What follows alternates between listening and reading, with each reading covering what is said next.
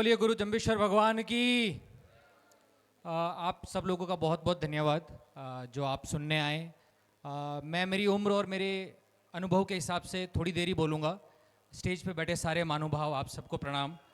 और सबसे पहले मैं जो यहाँ की व्यवस्था कर रहे हैं, पीछे जो खाना खिला रहे हैं जो लोग पिछले 5-6 दिनों से, मैं चाहूँगा कि आप सब लोग उनकी ताली बजाकर सराहना करें।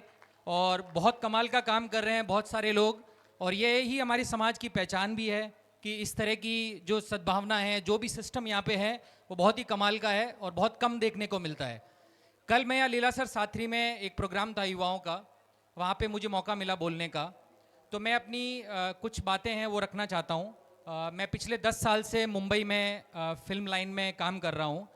बहुत लंबा सफ़र रहा, बहुत तरह की चुनौतियाँ मिली मुझे। मेरी एक फ़िल्म है जो पिछले साल ऑस्कर में गई थी, जो दुनिया का सबसे बड़ा अवार्ड फंक्शन है। फिल्म का नाम है संतोष, जो कुछ समय बाद रिलीज़ होने वाली है। उसके अलावा मैंने दिल्ली क्राइम करके एक धन्यवाद वेब सीरीज़ है जो निर्भया के केस पे बनी थी 2019 में। उसको दुनिया का सबसे प्रतिष्ठित अवार्ड है एमी अवार्ड, वो मिला था। और अभी अभी मैंने एक फ़िल्म बनाई है पारो पिनाकी की कहानी, जो पिछले 6 फरवरी को पूरे देश में रिलीज़ हुई है। और संसद के बड़े बड़े नेता लोग, अखिलेश यादव से लेकर अरविंद जी से लेकर पंजाब गवर्नमेंट, महाराष्ट्र गवर्नमेंट, सब ने वो फिल्म देखी। संसद में हमारी फिल्म का डिस्कशन हुआ। ये फिल्म समाज के उन लोगों के बारे में है जिन्हें हम बहुत आसानी से नज़रअंदाज कर देते हैं। इस फिल्म लाइन में मेरा जो आने का उद्देश्य था वो यही था कि मैं ऐसी सामाजिक मुद्दों को उठा सकूं, ऐसी बातों का हिस्सा बन सकूं जिससे मुझे भी प्राउड फील हो और मैं समाज का नाम आगे लेके जा सकूं। इसी कारण की वजह से मैंने एक प्रोडक्शन हाउस खोला है, उसका नाम है 363 ट्रीज प्रोडक्शन। और मुझे ये बताने की ज़रूरत नहीं है कि मैं ये प्रोडक्शन हाउस का नाम ये क्यों रखा है। आने वाले दिनों में मेरी कोशिश रहेगी कि माँ अमृता देवी के बलिदान और त्याग की जो कहानी है उसको मैं विश्व स्तर पर बड़े से बड़े लेवल पर बना सकूं। ये मेरा वादा है। जिस दिन भी मैं ये काम करूंगा वो इतनी बड़ी फिल्म होगी कि वो उस घटना को और उसको उतनी इज्जत देगी जो वो डिज़र्व करती है। हम उसको छोटी मोटी फिल्म नहीं बनाएंगे। आज मेरी वो हैसियत नहीं है, लेकिन एक दिन होगी और मैं ये करके रहूँगा। बाकी जो एक मुद्दा मैं काफ़ी समय से मेरे साथ रहता है, हमेशा से मेरा ये मानना है कि ये समाज जो कुछ भी ठान लेता है वो कर लेता है। हमने बीकानेर में देखा, उससे पहले 290 साल पहले इसी समाज की एक बेटी अमृता देवी बिश्नोई ने राजाओं को पीछे भगा दिया और पेड़ों के लिए अपनी जान दे दी। तो इस बात से ये प्रूव होता है कि अगर हम कुछ ठान ले तो हम कर सकते हैं। लेकिन मेरी एक शिकायत है समाज से और यहाँ जो लोग बैठे हैं उन सब से, आप निर्णय लेने की जगह पे हैं।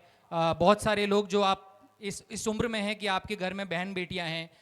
मुझे ये लगता है कि बिश्नोई समाज में आज भी एक औरत की जो जगह होनी चाहिए वो अभी तक उनको मिली नहीं है। आप इस स्टेज पे देख सकते हैं ना, आप कोई लड़की देखेंगे ना कोई औरत यहाँ बैठी है।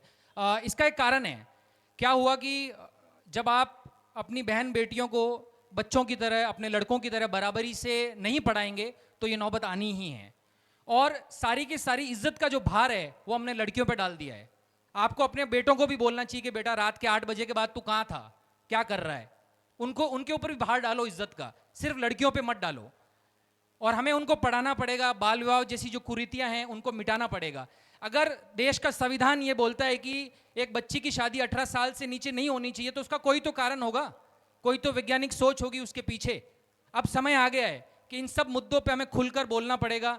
इस तरह के बड़े आंदोलन करने पड़ेंगे जो आप दूसरी चीज़ों के लिए कर रहे हैं, क्योंकि समाज में औरत की जगह जब तक सही नहीं होगी, समाज, कोई भी समाज, इस दुनिया का कोई समाज आगे नहीं बढ़ सकता। तो मेरा निवेदन है आप लोगों से कि अगली जो भी बड़ी सभा हो उसमें हम अपने समाज की बेटियों और औरतों की जगह के बारे में डिस्कशन करें, उनको वो जगह दें जो वो डिज़र्व करती हैं। और बाकी मेरा ये मानना है कि जो भी युवा है 20-25 साल के, मेरा आपसे निवेदन है कि इंस्टाग्राम पे आप गाड़ियों की वीडियो डाल के छोरा बिश्नोइया का चलाने से कुछ होने वाला नहीं है। हमें मेहनत करके समाज के हर हिस्से में, चाहे वो प्रशासनिक सेवाएं हों, चाहे वो कला का क्षेत्र हो, चाहे वो वैज्ञानिक सोच हो, इन सब हिस्सों में हमारी भागीदारी होनी बहुत ज़रूरी है और वो समय अब आ गया है। इसी के साथ मैं अपनी वाणी को विराम दूंगा। बहुत बहुत धन्यवाद आपका मेरी बात को सुनने के लिए। Thank you so much. बहुत बहुत आभार संजय जी। आइए इस बीच हम सभी के बीच नोखा के पूर्व लोकप्रिय विधायक, वर्तमान में प्रदेश उपाध्यक्ष भारतीय जनता पार्टी श्री बिहारी लाल जी बिश्नोई हम सभी के बीच में बना रहे हैं। एक बार पूरा का पूरा पंडाल